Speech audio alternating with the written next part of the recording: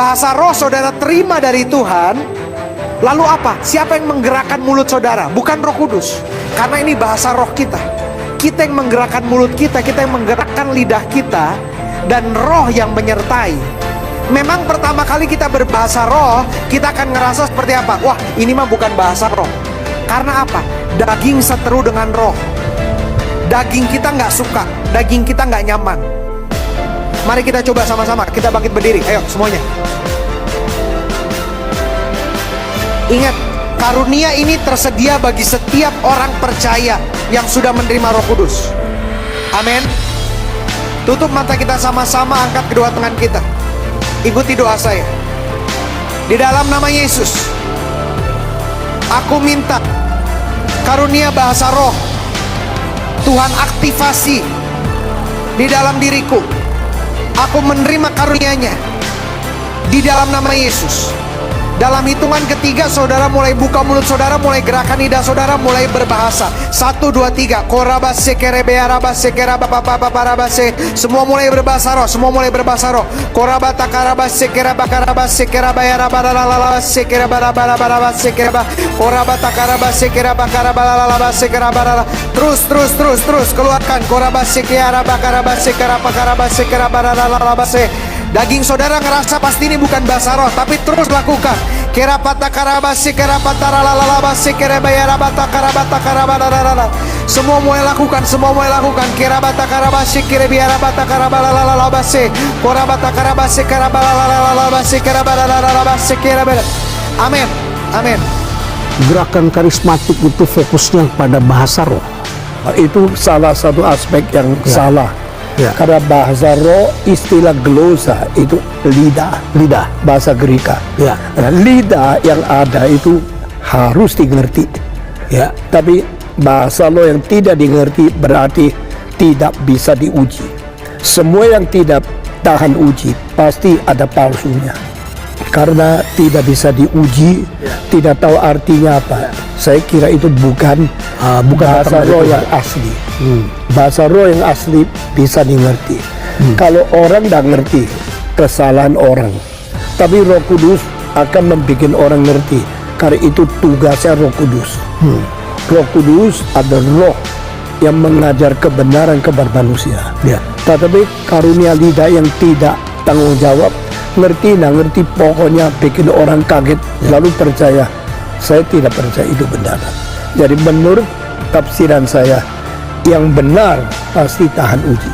Yang benar pasti tahan uji. Yang tahan uji pasti ada caranya untuk dimengerti. Jadi Alkitab bukan menipu manusia, mendidik manusia mengerti kebenaran.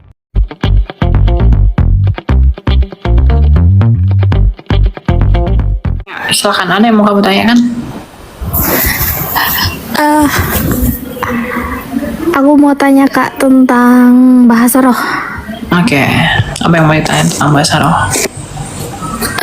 Kan tadi aku baru denger nih dari pendapat Bapak Stephen Tong kalau nggak salah.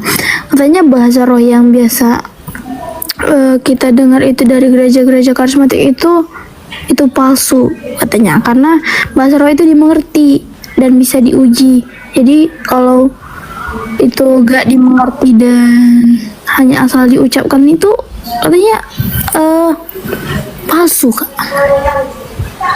Ya, tidak ada yang salah dengan statement itu. Tapi kalau menyudutkan gereja tertentu ya nggak boleh ya, itu tidak etis ya. Tapi pernyataan yang mengatakan bahwa bahasa roh itu dapat dimengerti dan dapat diuji itu benar. Kenapa saya katakan begitu? Karena bahasa roh itu punya dua pengertian. Ada dalam pengertian senolalia, bahasa asing yang ada di dalam Kisah Rasul 2. Ada dalam pengertian glossolalia, bahasa lidah. Ya, jadi senolalia itu bahasa asing seperti dalam Kisah Rasul 2, ketika rasul-rasul itu kepenuhan Roh Kudus pada hari Pentakosta dengan lidah-lidah api di atas kepala mereka. Itu mereka berbahasa yang mereka belum pernah pelajari. Jadi orang-orang yang memiliki bahasa itu mengerti apa yang mereka sampaikan, padahal mereka tidak pernah belajar bahasa yang mereka ucapkan itu. Tujuannya apa? Menginjili, memberitakan berita Injil. Jadi tujuan bahasa roh itu dengar, menginjili. Karena Tuhan Yesus berkata begini, kalau roh yang keluar dari Bapa yang kuutus penolong itu datang kepadamu, ia akan bersaksi tentang aku. Nah, Roh Kudus itu tugasnya menginjili, mendorong orang untuk datang kepada Injil.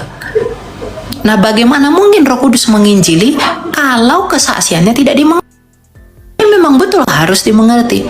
Tapi kan Kak, di dalam 1 Korintus 14 ayat 2 dikatakan, siapa yang berkata-kata dengan bahasa roh tidak berkata-kata kepada manusia tetapi kepada Allah, sebab tidak ada seorang pun yang mengerti bahasanya.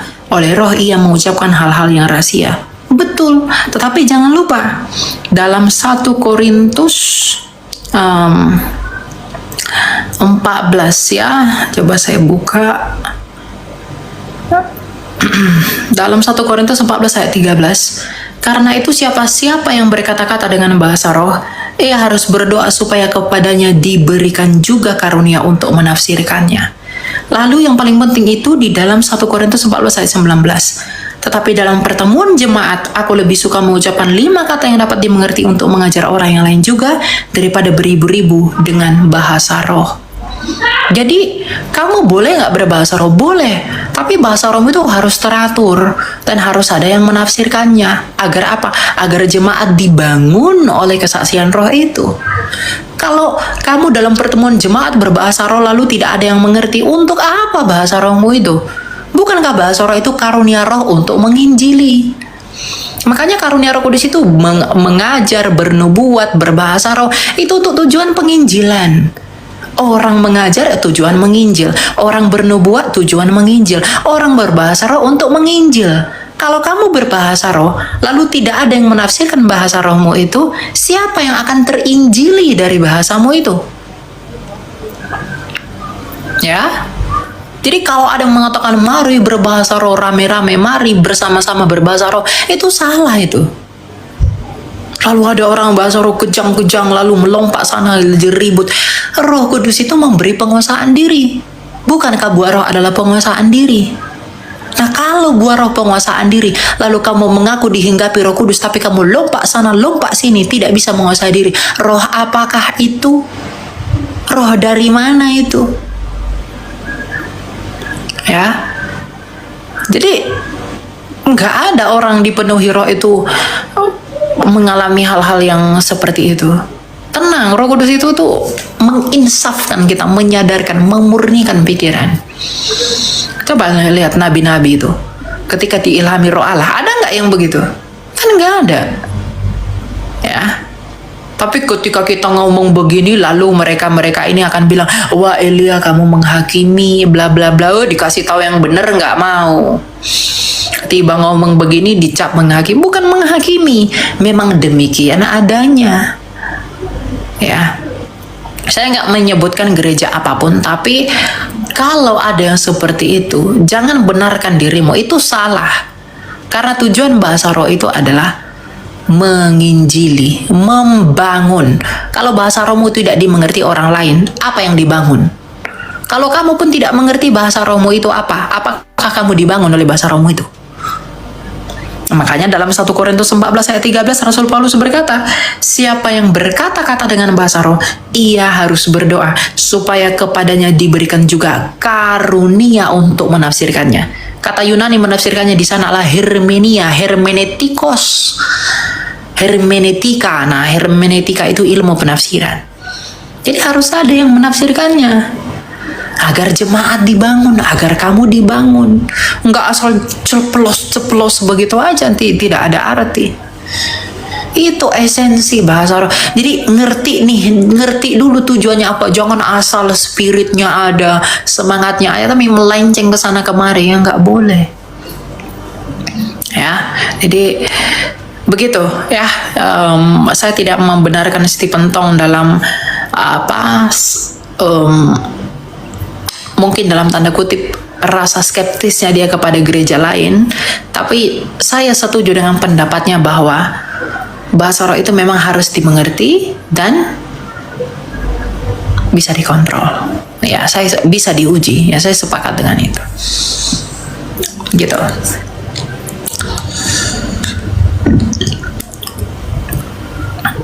Gitu ya. I am yours ya.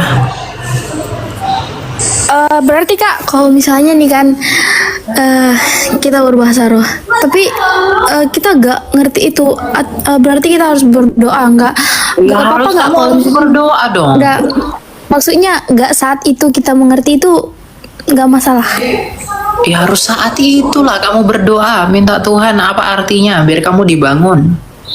Kan gitu. Oh, Iya, masa kamu bahas taruh sekarang lalu tafsirin minggu depan.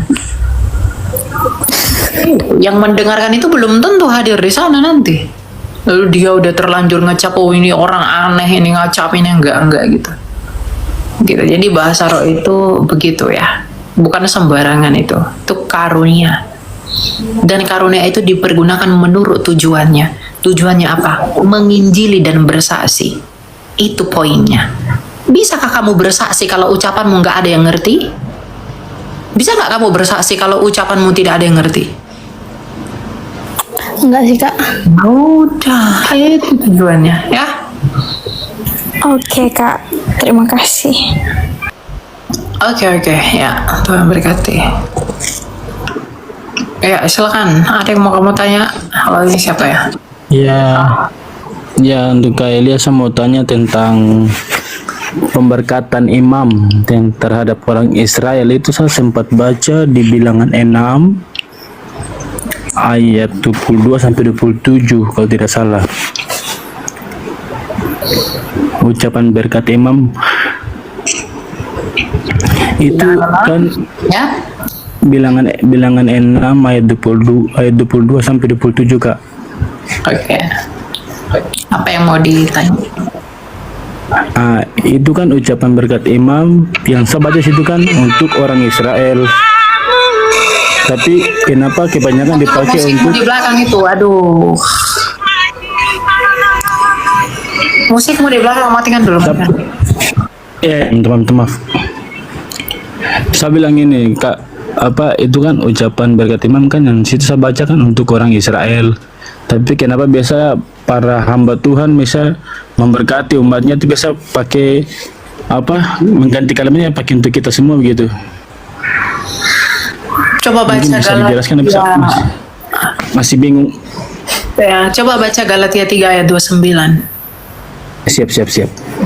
Coba baca.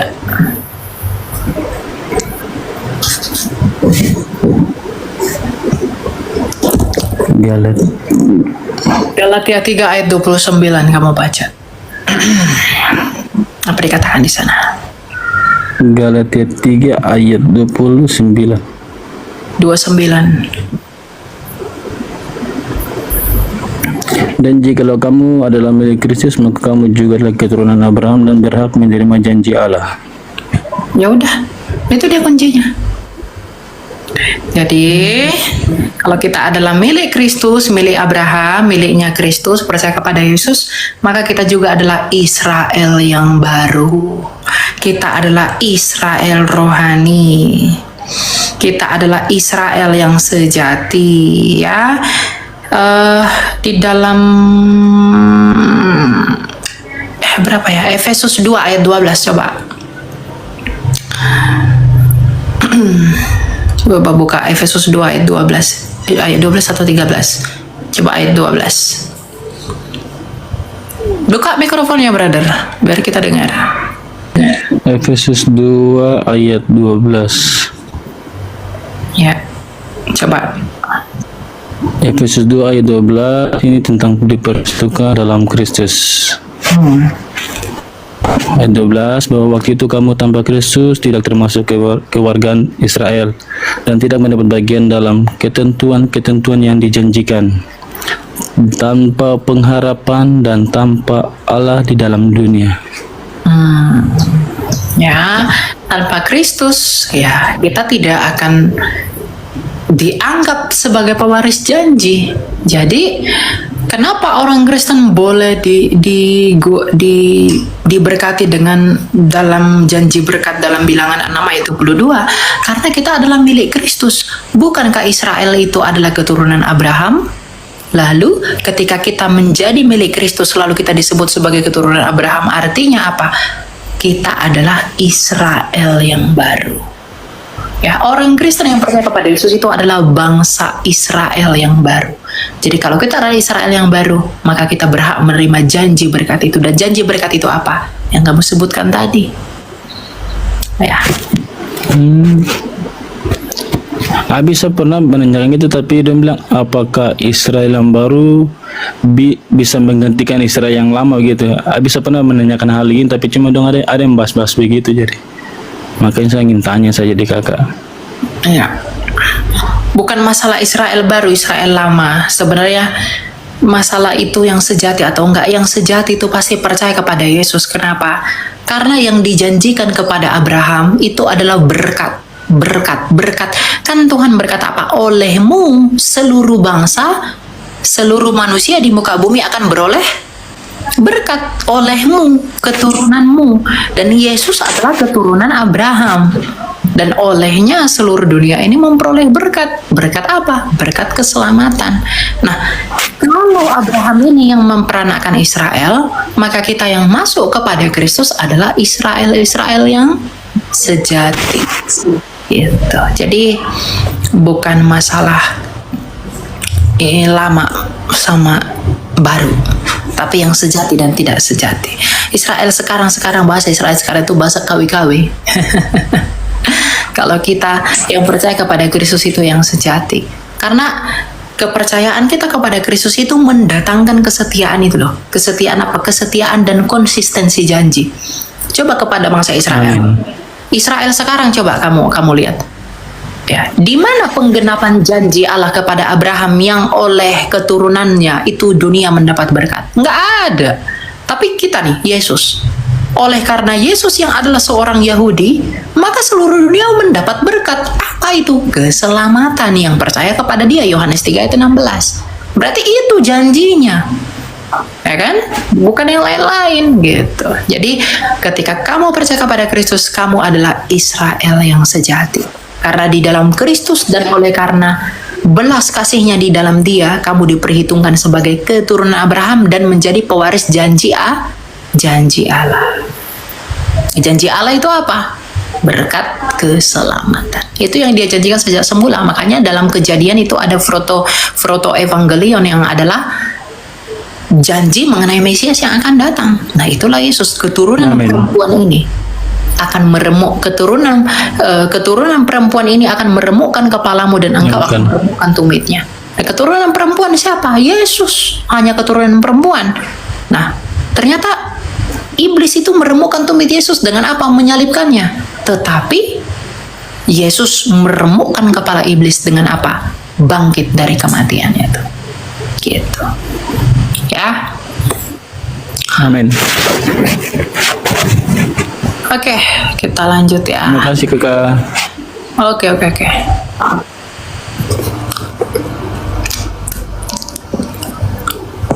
Jadi di situ ya poinnya ya. Jadi kita ini adalah Oh my god, akhirnya aku gabung ke Kak Elia. Halo Kak Elia. halo, silakan brother. Sebelumnya aku seorang Katolik ya Kak. Aku cuman mau nanya tentang yang kemarin aku sempat tanyain, mungkin aku nggak berharap pasti ya Kakak membaca itu. Cuman aku kebingungan tentang Summa Contra Gentiles ya, tentang keeksistensian Tuhan gitu.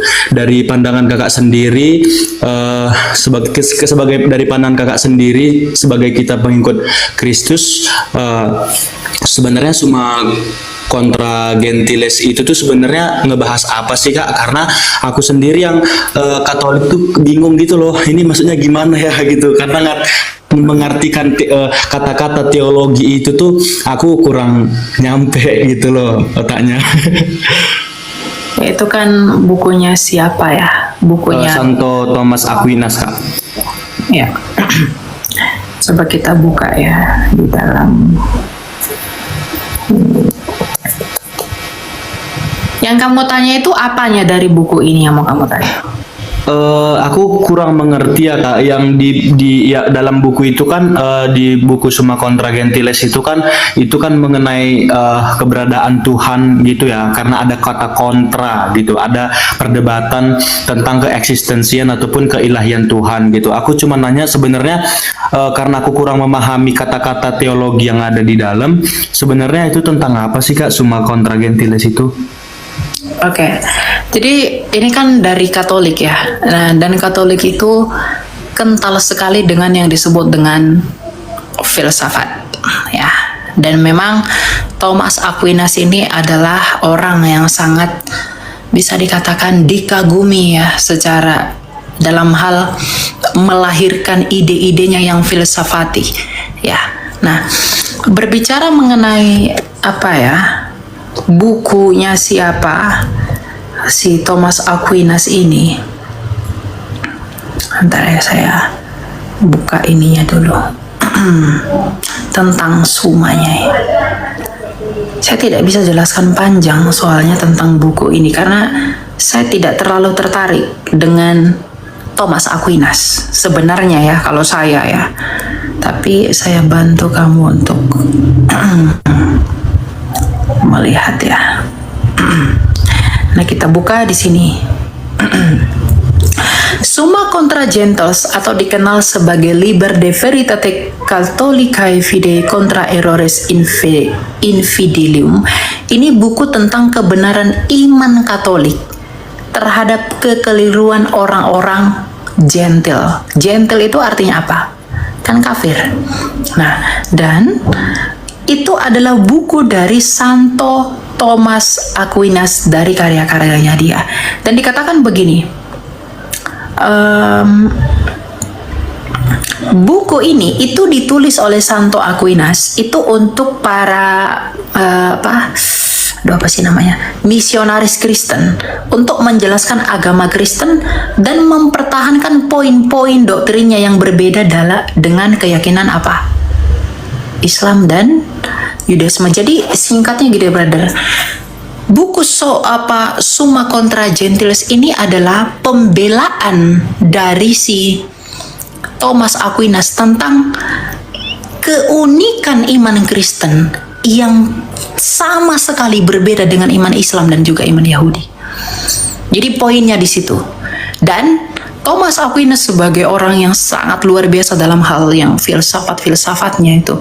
Nah, dia menuangkan tuh ide-idenya di dalam buku ini untuk melindungi sebenarnya secara khusus iman kekatolikan, karena Thomas Aquinas dari gereja Katolik, dia melindungi iman Kristen yang Katolik itu dan membuatnya lebih unik daripada iman Islam dan iman orang Yahudi yang adalah Yudaisme. Jadi tujuan penulisan itu oleh Santo Thomas Aquinas adalah untuk menunjukkan keberadaan iman Kristen yang sangat berbeda dan begitu unik daripada iman Islam dan juga iman Yudaisme. Dan tentu dengan cara berpikirnya dia tuh, filsafatnya kuat sekali di dalam gitu. Jadi itu tujuannya. Oke Kak, mungkin aku nanya satu pertanyaan lagi, boleh nggak Kak? Iya. Ini mungkin pertanyaan yang basic ya Kak. Saya sebagai seorang pengikut Kristus, kadang sedikit memiliki kontra dengan para agnostik ya, para sesama pengikut Kristus dari aliran-aliran Protestan yang saya kurang ketahui, dan saya sebenarnya agak kesulitan ya mengkanter para agnostik, tapi mereka masih bertahan sebagai Kristen secara identitas, surat menyurat dan administrasi gitu Kak. Nah, aku cuma pengen tips ya Kak, karena aku sering kali ngebawa hal-hal teologi ke teman-teman yang agnostik untuk melakukan pembelaan iman juga ya, untuk mempertahankan eksistensi juga ya. Kira-kira boleh nggak sih Kak dikasih tahu tipsnya gimana sih caranya sebenarnya untuk sebagai kita pengikut Kristus supaya kita bisa tetap eksisten untuk berdebat dengan orang-orang agnostik, karena orang-orang agnostik ini walaupun dia Kristen sangat-sangat banyak sekali akal mereka gitu untuk melakukan pembelaan terhadap diri mereka sendiri Kak. Iya. Poinnya itu adalah sebenarnya masalahnya itu bukan pada perdebatannya, tapi pada hikmat yang dia pakai. untuk mengerti. Karena begini brother, percaya Yesus, mempercayai Yesus atau tidak percaya Yesus itu bukan tentang how smart you are atau how rich you are, ya, atau mungkin seberapa terkenalnya kamu, how popular you are. Percaya atau tidak percaya kepada Kristus bukan tentang berapa kuat kamu, berapa kaya kamu, betapa powerfulnya kamu, betapa pintarnya kamu, no. Tapi tentang ini, kerendahan hati. Ya. Kamu berdebat dalam Titus 3 ayat 10 dikatakan, kalau 1-2 orang kamu nasihati dan mereka tidak mau berubah, ya tinggalkan mereka. Jadi kamu jangan habis waktumu berdebat-berdebat. Kebenaran adalah kebenaran dan itu harus dinyatakan. Mereka tolak itu urusan mereka. Tapi kan kalian perlu berargumentasi dan lain sebagainya. Betul. Nah, apa yang harus kamu persiapkan untuk itu? Kamu ajari mereka untuk rendah hati dulu. Kamu mengajarkan mereka dengan rendah hati untuk apa? Ingatkan mereka atas apa? Siapa mereka yang sebenarnya? Melalui apa? Dosa-dosa mereka dan apa yang telah mereka lakukan. Orang-orang yang selalu menuntut perdebatan, orang-orang yang selalu berusaha ngehap lawannya, itu adalah orang-orang yang merasa bahwa dia mampu, dia tinggi dan dia bisa. Tidak orang-orang yang merendahkan dirinya. Jadi kunci kamu mengerti kerajaan Allah itu apa? Rendah hati dulu. Kalau kamu sudah rendah hati, maka hikmat itu, bukankah Tuhan mengasihani orang-orang yang rendah hati? Dan dia membenci orang-orang fasik yang meninggikan diri. Karena siapa yang merendahkan diri akan ditinggikan, siapa yang meninggikan diri itu akan direndahkan. Ya. Masalah metode kamu, saya harus pakai cara berpikir apa? Kamu boleh pelajari semua filsafat deh. Nah, kalau berbicara dengan agnostik itu sebenarnya gini, banyak orang-orang menyerang iman kekristenan itu dengan filsafat-filsafat, apalagi agnostik. Tapi mereka pun keliru mendefinisikan filsafat itu apa. Filsafat itu kan sejatinya adalah ranah dunia berpikir, tempat kita berpikir, tempat kita memikirkan kenapa ya kakinya begini ya, kenapa ya dia bentuknya seperti ini. Itu dipikirkan secara filosofi. Makanya filsafat itu dari kata apa? Filosofos, ya, filosofi. Jadi segala sesuatu tuh, ada filosofinya tuh, ya. Dan mereka lupa mengenai Kristus sejak semula itu jauh lebih tua dan jauh lebih awal daripada filsafat itu sendiri. Musa itu filsuf loh, Adam pun itu filsuf. Ya. Nah, tapi orang-orang yang baru belajar filsafat, mereka gunakan filsafat Yunani untuk mengukur Yesus. Padahal bapak filsafatnya orang Yunani itu Thales yang paling tua, itu masih jauh di bawahnya Salomo. Sedangkan Salomo sudah punya hikmah, sudah punya hikmat. Makanya filsafat Yahudi itu adalah filsafat yang tertua di dunia.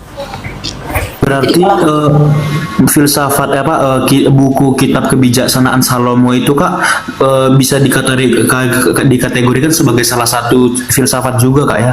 Betul, ya, filsafat. Ya, janganlah kamu kan dikatakan di dalam Alkitab ya. Bentar ya.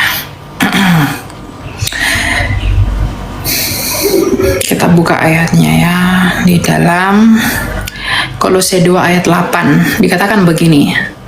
Hati-hatilah supaya jangan ada yang menawan kamu dengan filsafatnya yang kosong dan palsu menurut ajaran turun-temurun dan roh-roh dunia, tetapi tidak menurut Kristus. Jadi kamu itu harus mempersenjatai dirimu itu dengan filsafat Kristus. Jadi berapa Kak? Saya pengen catat Kak. Kolose 2 ayat 8. Oke Kak, lanjut Kak. Ya, jadi itu bukan tentang kamu debat itu tuh enggak cari menang, enggak cari kalah, enggak, bukan untuk itu. Kalau Kristen ya, kalau orang yang egois itu biasanya cari menang, cari kalah, cari pengakuan, enggak. Kita itu hanya memberitakan yang udah benar. Ya ini sudah benar.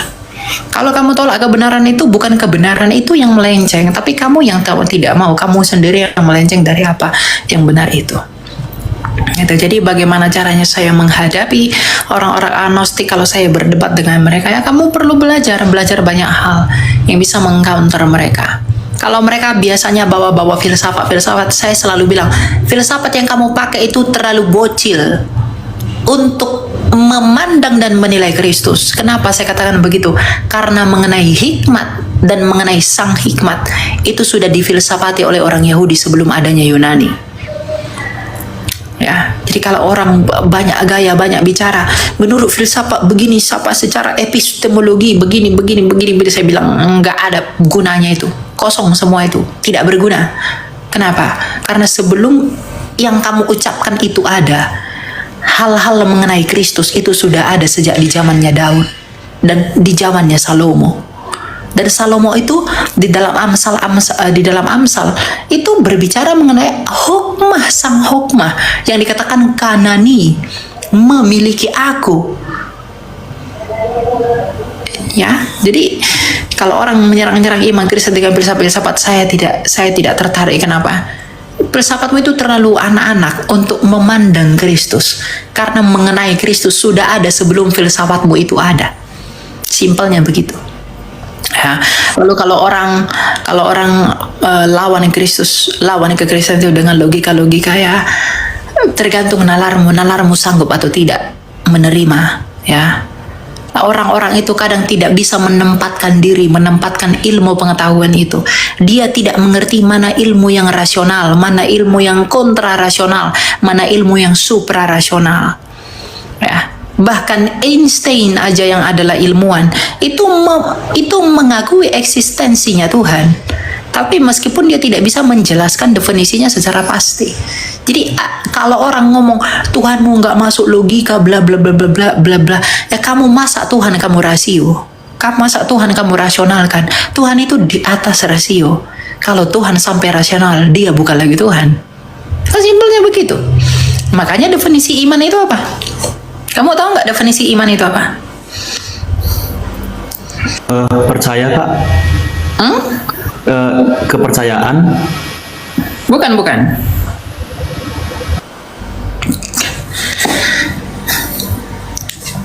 Iman itu dalam Ibrani 11 ayat 1. Iman adalah dasar dari segala sesuatu yang kita harapkan dan bukti dari segala sesuatu yang tidak kita lihat.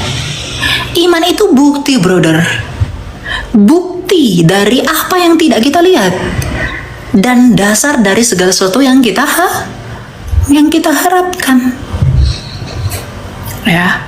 Jadi itu iman, makanya dikatakan begini, sebab oleh imanlah telah diberikan kesaksian kepada nenek moyang kita, karena iman kita mengerti bahwa alam semesta telah dijadikan oleh firman Allah, sehingga apa yang kita lihat telah terjadi dari apa yang tidak kita lihat. Ketika Yesaya itu mengatakan bumi ini bulat dalam Yesaya 40, apakah sudah ada alat untuk mengukur bumi ini bulat waktu itu? Saya tanya kamu, apakah sudah ada alat digunakan Yesaya untuk mengatakan bumi ini bulat waktu itu? Belum sih kayaknya, Kak. Tapi oleh iman, dia berpengharapan bahwa bumi itu bulat, dan sekarang dibuktikan bahwa bumi itu bulat. Jadi kalau ada orang tanya, Kristen belum bisa dipastikan dan dibuktikan secara sains.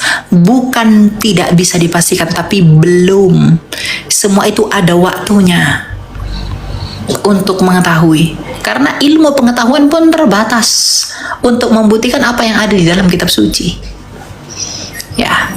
Jadi kalau ada orang bilang, firman Tuhan dalam Alkitab itu belum bisa dibuktikan secara sains, bukan tidak bisa.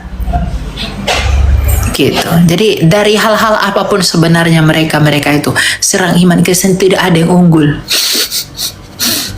Berarti Alkitab ini sebenarnya apa, Kak, ya? Saya sedikit sebagai suatu misteri yang sangat-sangat susah buat dinalarkan manusia gitu, Kak, ya. Ya oleh itu tadi kuncinya itu, iman itu apa yang diperkatakan Alkitab itu kita imani, bro. Pembuktiannya nanti ke depan. Sama seperti di zaman Yesaya, gila kok Yesaya, kok bilang bumi ini bulat, datar kok kulihatnya, aku nggak berputar-putar kok di sini, kata orang-orang pasti. Ketika Tuhan bertakhta di atas bulatan bumi, Orang-orang pasti mikir, karena mereka dulu itu ke geosentris yang bukan heliosentris. Nggak ada kurang-kurangnya si saya ini ya. Dibilangnya bumi bulat, padahal datar-datar ajanya. Tapi sekarang telah dibuktikan bumi bulat. Artinya apa? Imannya si Yesaya itu menjadi dasar pengharapannya. Dan iman itu dari menjadi bukti apa yang enggak dia lihat. Imannya mengatakan bumi itu bulat, tetapi dia belum melihat bumi itu bulat, tetapi itu benar. Paham nggak maksud saya? Paham nggak? Paham. Nah, itu tidak dimengerti agnostik. Wong mereka nggak punya iman kok. Mereka nggak paham. Nggak ngerti. Kebanyakan mereka cuman pakai para filsafat-filsafat yang baru lahir 1000 atau ratusan yang kemarin. Anak-anak itu yang dipakainya. Mereka selalu bahasanya sok-sok ribet lah, sok-sok apa, biar kelihatan eksklusif apa segala macam. Padahal esensi itu nol. Karena sebelum Thales, bapak filsuf Yunani yang paling tua itu Thales, itu abad ke-6 sebelum Masehi. Sebelum dia ada, Salomo sudah berfilsafat. Daud sudah berfilsafat. Musa pun sudah berfilsafat. Ya. Jadi kalau ada orang ngomong filsafat kepada Kristen, lalu serang orang Kristen yang filsafat. Selalu kasihan melihat orang-orang begitu. Gitu ya. Oke Kak, terima kasih ya Kak. Oke, ya. Oke Kak. Yo, Tuhan berkati.